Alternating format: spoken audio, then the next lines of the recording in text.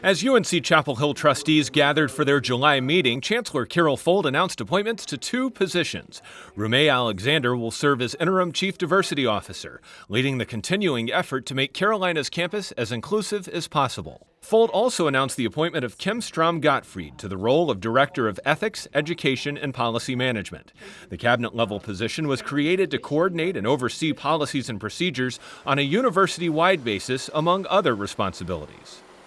The unrest taking place across the country weighed heavily on the minds of trustees as they gathered for their meeting. Like most of you in this room, I've been deeply troubled by the events that have gone on in our country over the last several weeks and months. We need to have earnest, intentional, honest conversations so that we can understand each other better.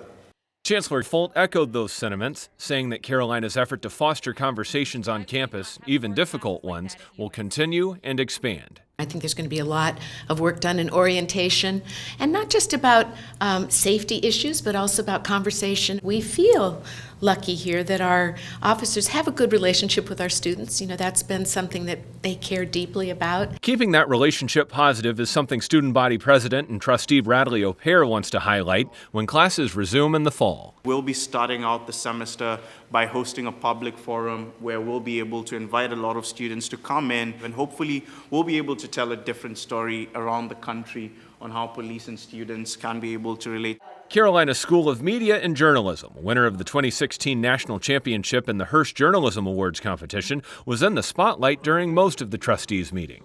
We are producing civic leaders. We are producing folks who are critical thinkers and those who are entrepreneurial. They're going to invent tomorrow's media, totally rooted in the values of journalism and democracy. Students, faculty, and alumni from the MJ School told trustees about the ways they're preparing for the industry's future, the strength of the Carolina alumni base, and what makes their program unique.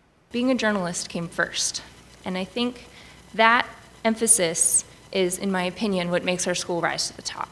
A lot of my colleagues my age who went to journalism schools, they were taught how to make beautiful pictures.